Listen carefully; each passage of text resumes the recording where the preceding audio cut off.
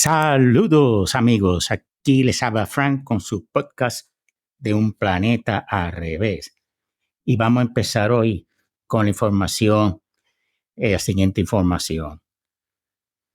De esto viene a ser del Coinbase, la carta Coinbase Letter, que es una carta de tipo económico, información económica y consejería que postea en Twitter. Ahí lo pueden encontrar. La deuda nacional estadounidense ha aumentado casi $1 billón desde que terminó la crisis del techo de la deuda en junio. La deuda total de Estados Unidos ha aumentado ahora $10 trillones desde el 2020. Para poner esto en perspectiva, a Estados Unidos le tomó 232 años agregar los primeros $10 billones en deuda. La peor parte, el techo de la deuda está efectivamente sin límite hasta el 2025 en el último acuerdo sobre el techo de la deuda. Eso es el debt ceiling en inglés. El gasto deficitario no tiene límites hasta el 2025. Si asistimos a una recesión, fácilmente podríamos ver $50 billones de deuda estadounidense en 5 años. ¿Por qué esto no recibe más atención? El gasto deficitario ha empeorado tanto que ahora está afectando a los mercados de bono. Estamos pagando tasas de interés más altas debido al gasto deficitario. Una vez más, hemos aprendido que el dinero gratis no existe. Y como dicen en mi país, there is no such a thing as free money. Y vamos aquí ahora con The Morning Brew. Los trabajadores del sector automovilístico estuvieron entre los primeros empleados estadounidenses en disfrutar de la semana laboral de 40 horas, que ha sido una norma legal durante 83 años. Por lo tanto, puede agradecerles por hacer que el trabajo desde el amanecer hasta el atardecer sea típico para la mayoría de las personas cuyo título no es el de analistas de inversiones junior. Eso sí tienen que trabajar bastante. Y ahora, el United Auto Workers está presionando para cortar lo que consideramos horas de trabajos normales. Más de 18,300 miembros de la UAW, empleados en GM, Ford y Stellantis, están en huelga.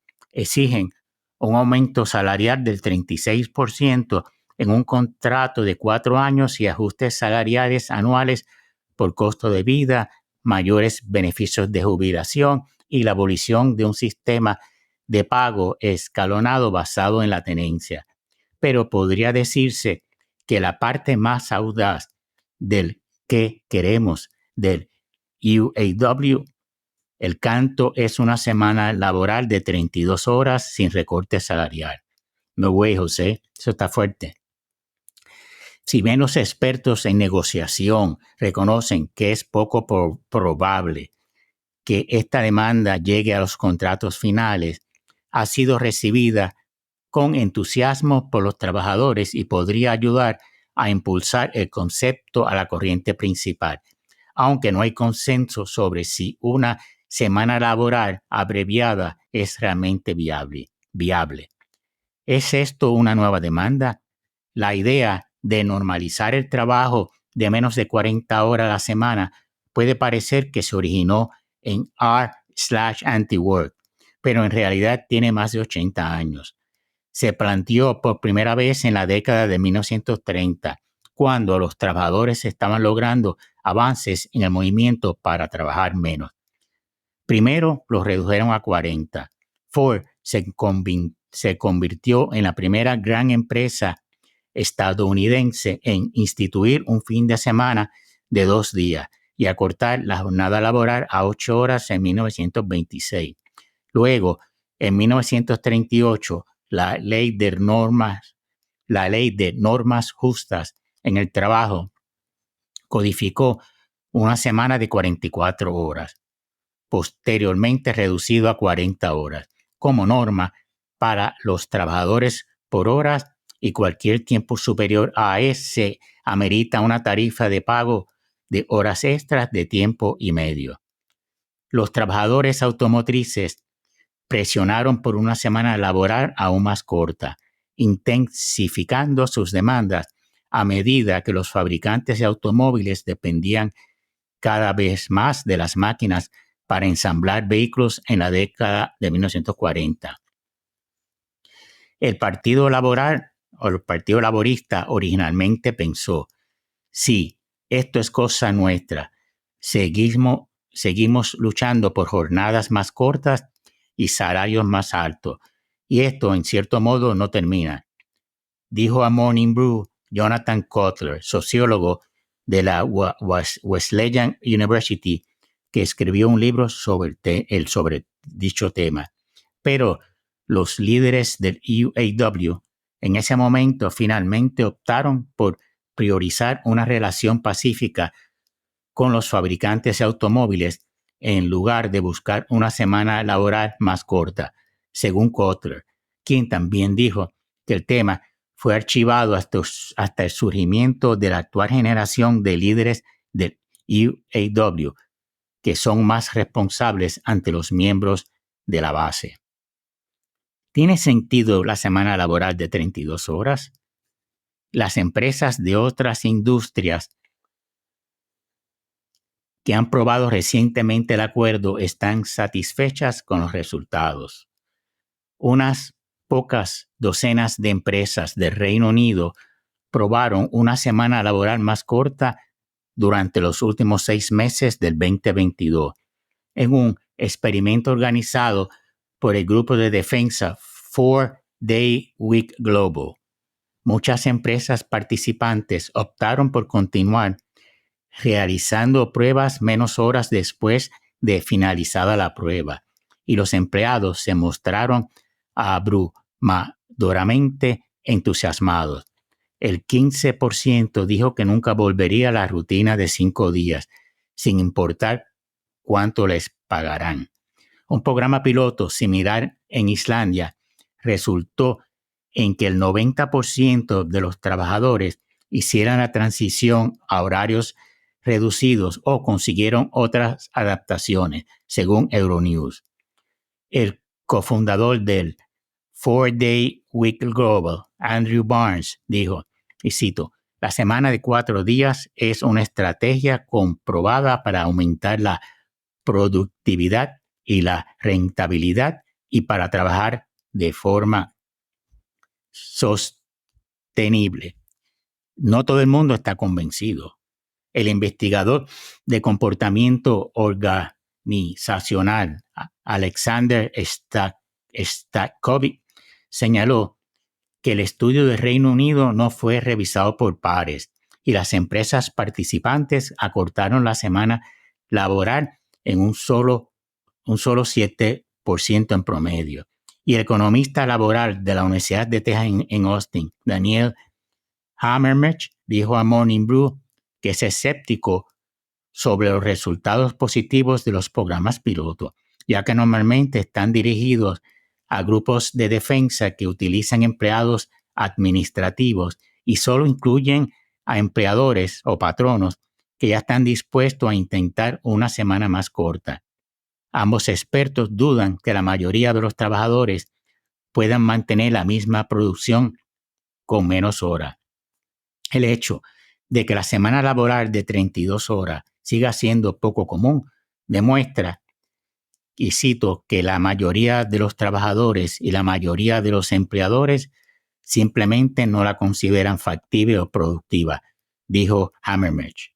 En pocas palabras, independientemente de que el movimiento actual funcione o no para los trabajadores automotrices, probablemente no será el último gran impulso para una semana más corta, porque a los trabajadores les encanta trabajar menos. 1/3 de los empleados abandonaría a su patrón actual por un periodo de 4 días.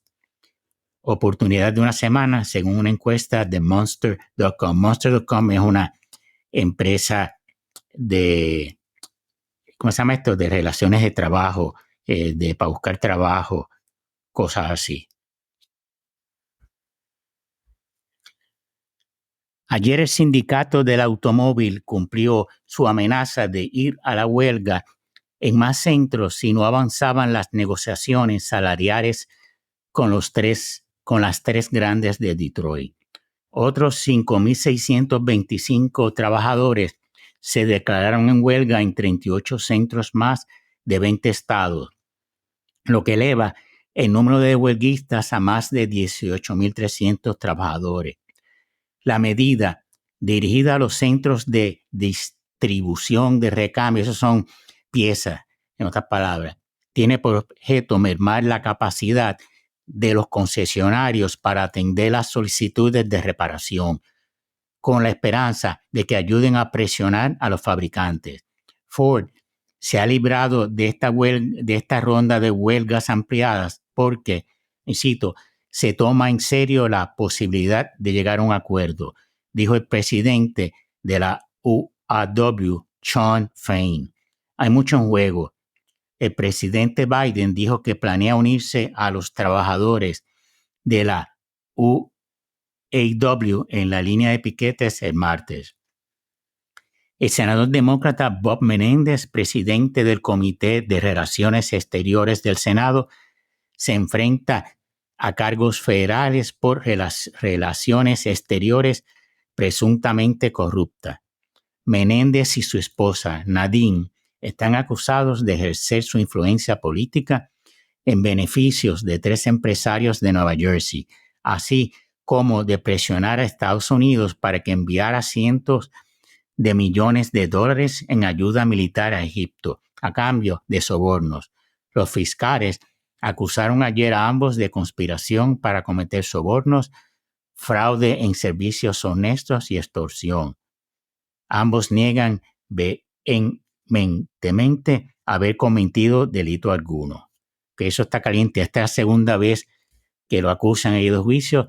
La primera vez se salvó por un hung jury. En otras palabras, no se llegó a una decisión, no podían llegar a una decisión los 12 jurados, y después entonces la Fiscalía Federal decidió no seguir con los cargos. Así que Menéndez siempre ha estado en problemas así éticos. Parece que le gusta el dinero más que el puesto que representa como senador, uno de los senadores por el estado de New Jersey.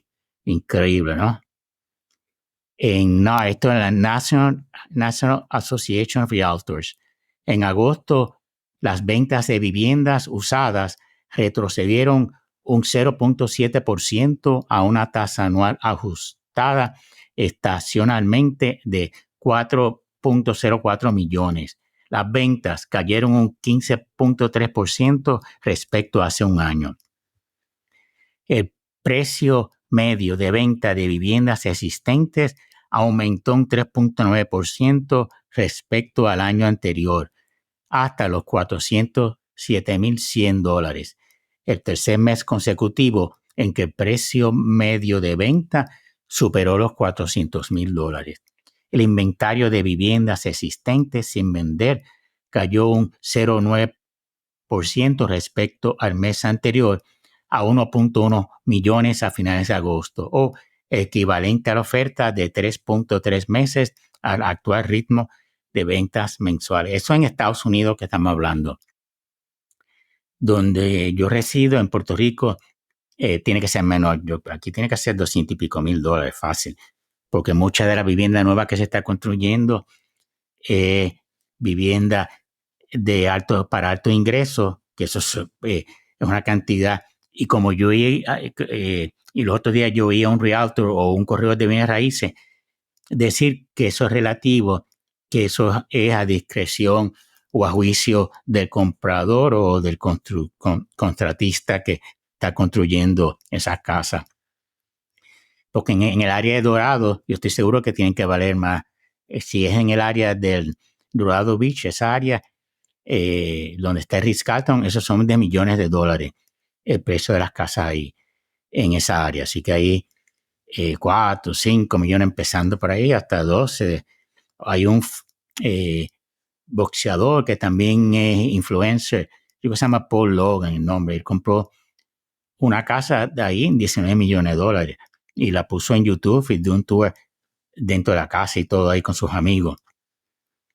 Así que eso es relativo, pero el problema de las casas, yo estaba leyendo en otra parte de que en Puerto Rico hay casas, la mayoría de la gente lo que puede afford, lo que puede pagar las mensualidades serían en casas de valor de menos de 200,000, pero en realidad lo que están buscando son casas de entre 150,000 y 100,000. Claro, la mayoría de los casos, esas casas, si son casas nuevas, están fuera del área metropolitana, en regiones, en áreas urbanas, casi en el campo. Yo diría como ciudades como Río Grande, Naguabo, etcétera, que son ciudades que usted tiene que conducir, tiene que tener un automóvil para poder ir y volver del trabajo, el commute. Así que vamos a ver, y aquí les tengo otra nueva información. ¿Sabía usted que solo un 12.6% de los vascos emplea el euskera, es el idioma que ellos hablan, euskera, en la calle, según un estudio del clúster de sociolingüística patrocinado por el gobierno vasco? Y solo un 33% de la población se considera vasco parlante. En otra que 67% no lo habla o no lo habla al nivel de considerarse parlante, en otra palabra, que lo domina suficiente para llevar a cabo conversaciones profesionales, etc. Los partidos PNV, Partido Nacionalista Vasco, y Bildu, que es un partido, ambos son partidos independentistas, uno de derecha y el otro de izquierda, seguirán hablando en español en el Congreso, ese Congreso de Diputados en Madrid. Mientras que los partidos independentistas catalanes, Esquerra Republicana y Junts por Cataluña, lo harán en su lengua. Eso es curioso, eso de Junts. Junts es un partido independentista de derecha. Su líder está prófugo de la justicia española por llevar a cabo un proceso unilateral de independencia. Y es un partido de derecha, mientras que Esquerra Republicana, de izquierda, Esquerra, ellos son izquierdistas, son socialistas, comunistas, otros son comunistas, etcétera. Interesante, ¿no? Esa dicotomía de esos partidos españoles. Y sigue en Puerto Rico el problema con la gente comprando casas. ¿Qué se espera? Es un país pobre, la gente, bueno, no es un país, es un territorio no incorporado a Estados Unidos, el país no tiene nada. Pero como dice, hoy hay un artículo en el Nuevo Día, hoy domingo 24, que dice, un artículo de 2 páginas, voy a leer solamente parte de ella, que dice, empinado el camino para convertirse en dueños de un hogar. De nuevo, es el territorio más pobre o la posesión, como usted quiera llamarlo, más pobre de Estados Unidos. Mississippi es el estado más pobre, Puerto Rico es más pobre aún. Una cultura que los gobernadores populistas han tenido aquí desde los 20, los 30, cuando el cuasi socialista Muñoz Marín tomó el poder, de mantengo, de populismo, que no tiene nada que envidiarle al populismo argentino. Yo creo que está peor. Argentina está en quiebra, está con una inflación altísima y aquí recientemente trataron de pasar una ley, una medida legislativa subiendo el sueldo a un montón de empleados de empresas públicas y privadas. La Junta de Control Fiscal, que es la que manda sobre el territorio, lo negó. El come mierda del gobernador Pierluisi y el soplapote Taxito Hernández y el de Dalmao, Baby Dalmao, el presidente del Senado, lo apelaron a la jueza Swain, ella lo denegó, lo apelaron al distrito de Boston, lo negaron, ellos pidieron que el bloque lo considerara, lo denegaron claramente y el portorro que está en ese grupo lo denegó diciendo que eso es el Congreso lo que tiene que hacer. Por más que diga que eso, que si eso es lo que le parece que está discriminando y eso, y como quiere, el remedio que da en su escrito, aunque él estuvo con la mayoría, él estuvo también, fue unánime. Él simplemente le escribió su decisión explicando y dice que eso es el Congreso que le toca. Los perezosos, pues, del el gobernador la legislatura de Puerto Rico pues, van a apelar al Supremo y va a pasar lo mismo, señores. Votando el dinero, tienen al ladrón, bueno, disculpen, no quise decir ladrón, al como enmienda ese de abogado, se me cómo se llama, de la UTIER, que siempre también apela a todas esas demandas y no ha ganado ninguna, todas las ha perdido. Así que me imagino que como qué tipo de cliente él tiene, porque si es un loser, usted va como un abogado como ese, que todos pierden los casos, ¿usted llevaría un caso, le llevaría un caso a él para que lo represente? No, porque el tipo es un loser. Está bien. Entonces dice, el alto costo de la vivienda, salarios insuficientes, aquí no es, y los requisitos del Departamento de la Vivienda para recibir asistencia se combinan para truncar o cortar una de las principales aspiraciones de jóvenes y viejos. Bueno, alquilen. Inclusive muchos expertos económicos en Estados Unidos están diciendo que it's better to rent than to buy. Es que está ese mito del jíbaro dueño de su casita. Entiende que aquí de la cultura puertorriqueña sobre yo quiero una casita, me sale una canción de esa jibaroide. Así que a ver cómo tiene que ser. Pues aquí tengo unos fondos CDBG guión DR, que eso yo creo que son fondos federales. Si no tuvieran ese fondo, pues había un montón de gente que no tuviera propiedades. A ver, entonces, ¿qué más aquí? Datos compartidos por el secretario de la Vivienda, Rodríguez, indican que 11.4% de las 7,000 personas que han podido cerrar un financiamiento hipotecario con la subvención, con el regalito, con el mantengo de los fondos CDBG/DR, son residentes mayores de 54 años. Por la naturaleza del programa, estos beneficios no tenían hogar propio. Estos beneficiarios no tenían hogar propio al momento de la solicitud. Tienen 60 y pico, cualifican para un hogar, le dan una hipoteca. ¿Cuántos años van a vivir con eso? Y cuando se mueran, pues, ¿qué van a hacer entonces? Tienen que escribir una escritura. Si no tienen hijos, están jodidos. Tienen que hacer testamento. Entonces, ¿quién sigue pagando esa escritura cuando se mueran ellos? Increíble, ¿no? A ver, entonces dice aquí, según la Oficina de Comisionado de Instituciones Financieras, la venta total de unidades de vivienda en el territorio de Puerto Rico se redujo 16.8% en el pasado año. En total, durante el 2022, se vendieron 10.915 viviendas nuevas y existentes, al compararse con el año 2021, cuando se registró la venta de 13.131 unidades.